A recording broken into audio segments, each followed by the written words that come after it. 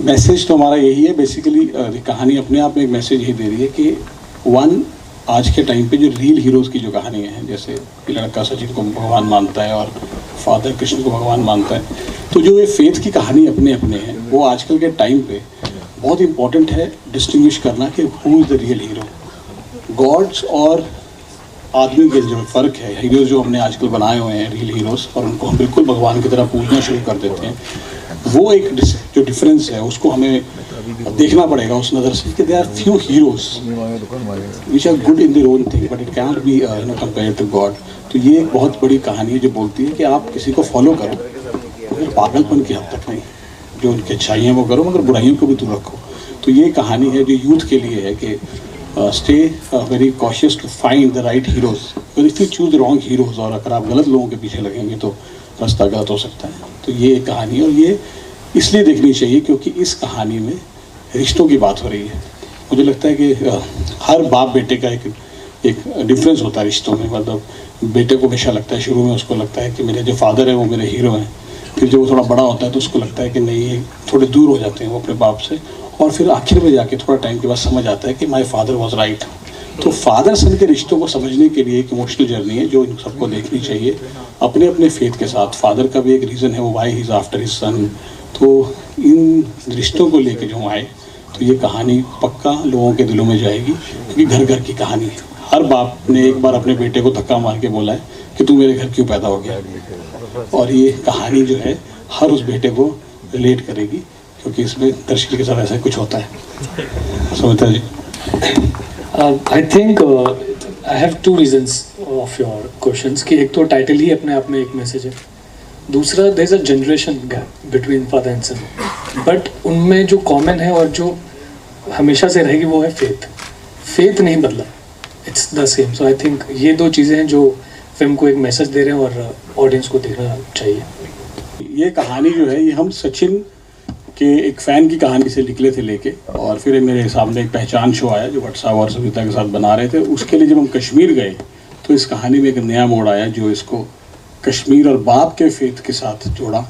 तो इनिशियली ये कहानी सचिन के एक फ़ैन की कहानी थी जिसको हम गॉड्स ऑफ क्रिकेट, ये हर क्रिकेट को जो फॉलो करता, जो क्रिकेट का फ़ैन है उसको डेडिकेटेड थी ये कहानी पूरी, ये पूरी फिल्म। लेकिन कश्मीर में जब हमें देखा हमने पागलपन क्रिकेट का, तो मुझे लगा कि ये एक अलग तरीके से बात की जा सकती है। तो from gods of cricket it has come to Hukus Bukus. जी, आप सचिन के फैन हो या फिर किसी और क्रिकेटर? आप कितना उनका तो क्रिकेट का? मैं life long Sachin Tendulkar sir का फ़ैन हूँ, और अभी मैं विराट कोहली सर के लिए क्रिकेट देखता हूँ।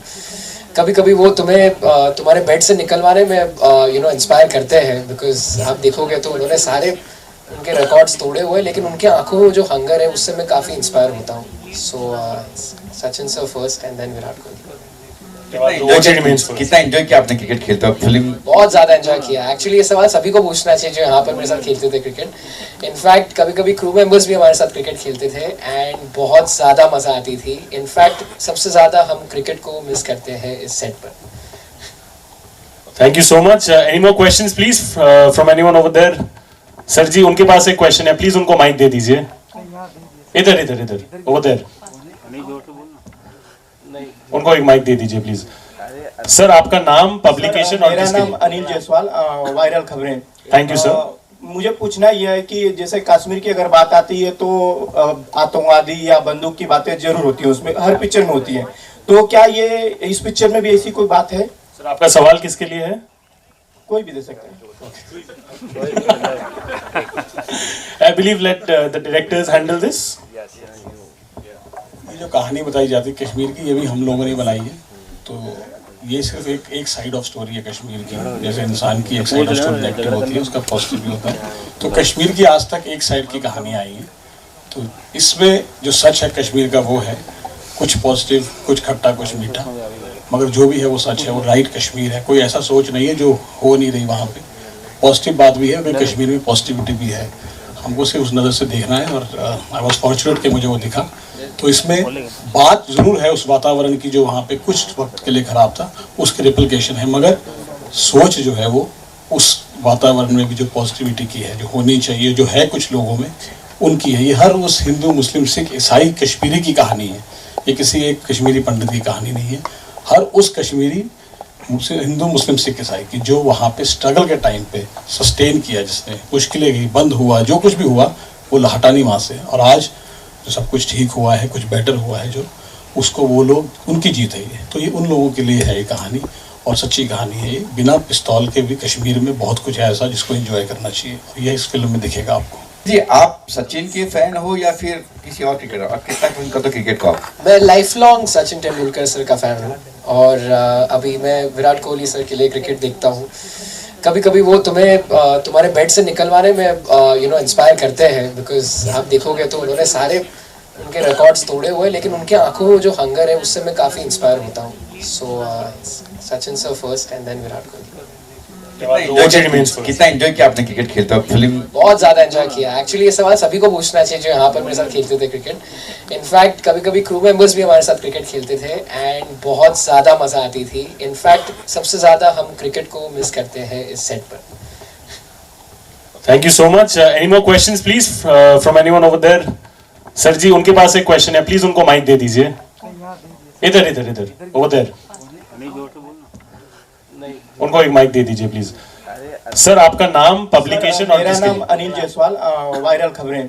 Thank you sir. मुझे पूछना यह है कि जैसे कश्मीर की अगर बात आती है तो आतंकवादी या बंदूक की बातें जरूर होती है, उसमें हर पिक्चर में होती है। तो क्या ये इस पिक्चर में भी ऐसी कोई बात है? सर, आपका सवाल किसके लिए है? कोई भी दे सकता है।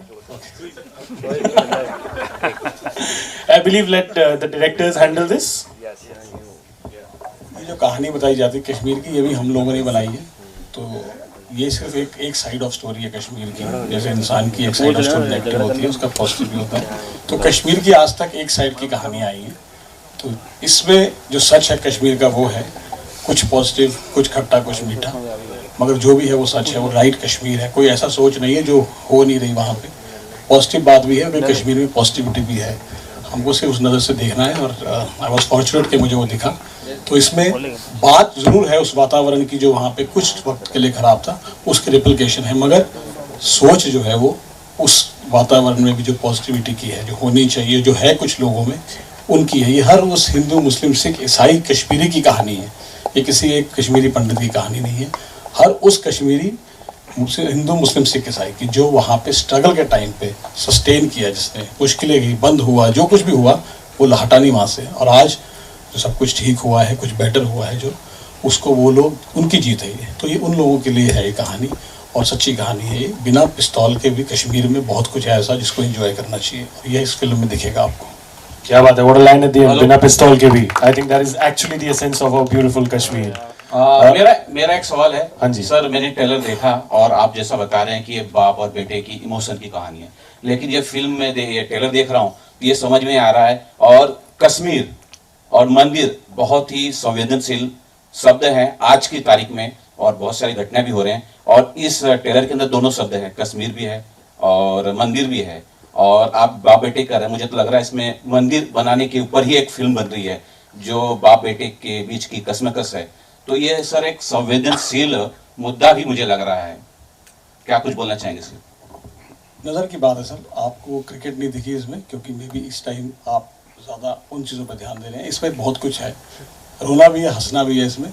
हाँ, मंदिर की बात है, क्योंकि कश्मीर में अगर मंदिर किसी को बनाना है तो वो गलत बात नहीं है। उसको हम संवेदनशील बात को नहीं समझना चाहिए कि ये बड़ी अलग बात कर रहा है। चंडीगढ़ में मंदिर बनता है तो हमें कभी ऐसी क्वेश्चन नहीं आती, तो कश्मीर मंदिर में आने में क्यों आते हैं? तो ये सोच की बात है। इसमें कुछ भी ऐसा नहीं है जो संवेदनशील है। अगर हम सोचेंगे ये बात कि इसमें ये मंदिर की बात कश्मीर में कर दी तो ये कंट्रोवर्सी है, ये सोच की बात है। तो हम तो इस सोच से नहीं आए। हम तो ये बात कर रहे हैं कश्मीर में भी मंदिर बन सकता है, कश्मीर में भी गुरुद्वारा बन सकता है, मस्जिद बन सकती है। अगर इस सोच से हम आते तो शायद इस क्वेश्चन का मैं जवाब दे सकता। लेकिन हमारी जो सोच है सच दिखाने की है कि वहाँ पे एक टाइम था जब खराब था, लेकिन कुछ ऐसे लोग भी थे जो पॉजिटिव थे। उन लोगों के मन में क्या था, उन लोगों की ऐसी कौन सी सोच थी जो आज कश्मीर चीज़ों से निकल के बाहर आया है। उन लोगों की कहानी तो कोई बताएगा, तो ये उनकी कहानी है। मंदिर की बात है इसमें, देश में अगर कुछ मंदिर की बात चल रही है, ये कोइंसिडेंस है।